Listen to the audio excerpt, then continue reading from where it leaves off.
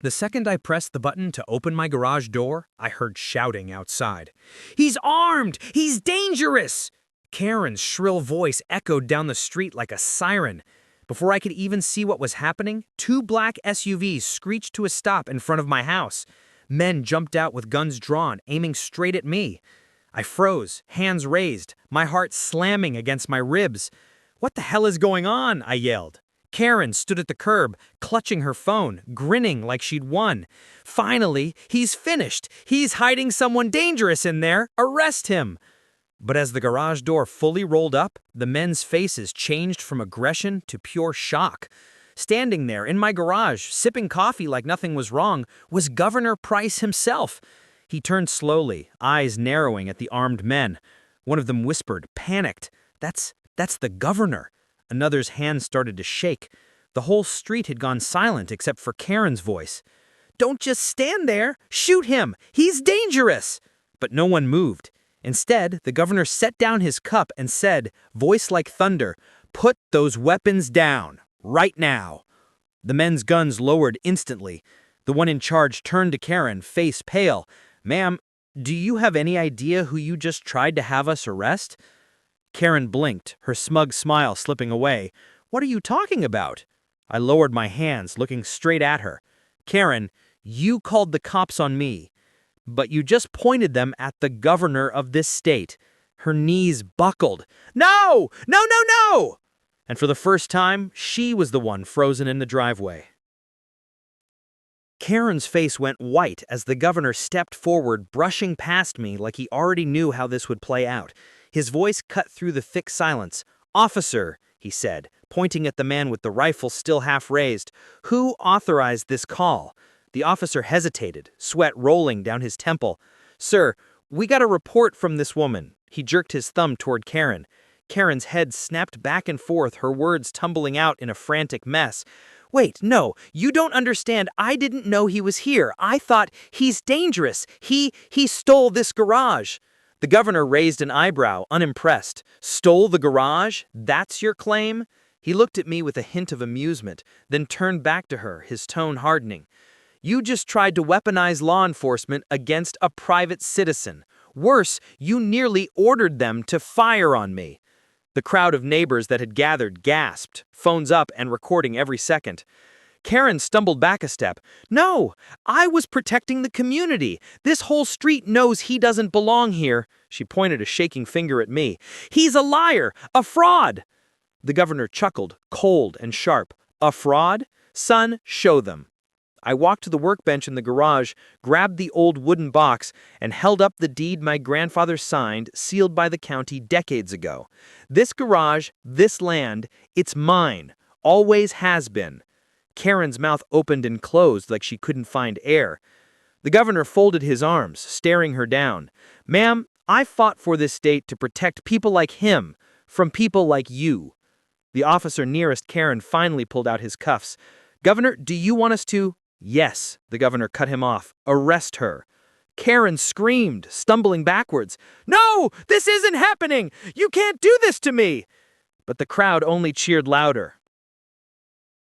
Karen thrashed as the officer reached for her wrists, her shrieks echoing through the cul-de-sac. "You don't understand! He's tricking all of you! This is my neighborhood, and I run it!" She kicked against the gravel, trying to break free. The governor didn't even flinch. He stepped closer, his presence towering, his voice calm but edged with steel. "You think you run this place? You nearly got me killed in broad daylight. You lied, you forged authority, and you tried to turn this town into your little kingdom. That ends tonight." Her son, who had been lurking behind her with crossed arms, finally stepped forward, his voice cracking. "Mom, please, just stop. You're making it worse." She snapped at him, her face red with fury. "Quiet! You don't know what's at stake! Everything I've built, all the control, he's taking it from me." I couldn't help but cut in, my tone sharp. "Control? Karen, this isn't control, it's harassment. You abused every neighbor here, and now you tried to weaponize the police to do your dirty work." The crowd started shouting in agreement. Neighbors who had once been too afraid to stand up were now emboldened. "She fined me for parking in my own driveway," one yelled. "She tried to tow my truck," another added. The officer didn't hesitate anymore. He snapped the cuffs onto her wrists with a metallic click. Karen let out one last scream, but her voice cracked under the weight of the moment. The governor turned to the people, lifting his voice so every camera caught it. "This is America. We don't let tyrants hide behind fake rules and lies. Not in our neighborhoods, not in our state." The crowd roared with cheers, some even chanting. Karen's knees buckled as the officer guided her toward the squad car. She locked eyes with me, spitting venom, even as tears streamed down her face. "This isn't over. I'll come back. You'll regret this." I stepped forward, my voice steady. "Karen, you already lost."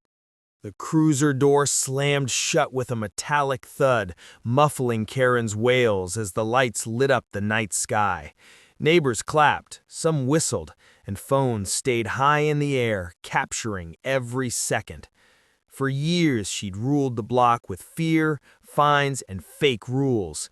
Now she was nothing more than a headline waiting to happen. The governor stood beside me, his arms crossed, watching the car pull away. She's going to face charges, serious ones. False reports, incitement, abuse of authority. She'll be lucky if she ever sets foot outside without supervision again. The neighbors nodded, relief washing over their faces. One woman put her hand over her chest and whispered, "Finally, we can breathe again." I looked around the cul-de-sac, at the people who'd suffered in silence for so long, and then at the flag waving above my garage. This land, this neighborhood, it's not hers to own, it's ours to protect, and nobody's ever going to take that from us again. The governor gave a short nod. "That's exactly why I came here tonight, because people like you remind me what we're fighting for." As the crowd began to disperse, I stood in my driveway, Mustang parked beside me, garage light glowing warm across the concrete. For the first time in years, there was peace.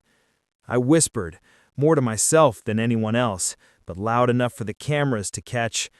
"I didn't fight for this country just to be told I can't open my own garage, and I sure as hell won't let a Karen decide who belongs on American soil." The crowd erupted in cheers again, and in that moment, under the glow of the flag and the fading sirens, I knew justice had come home.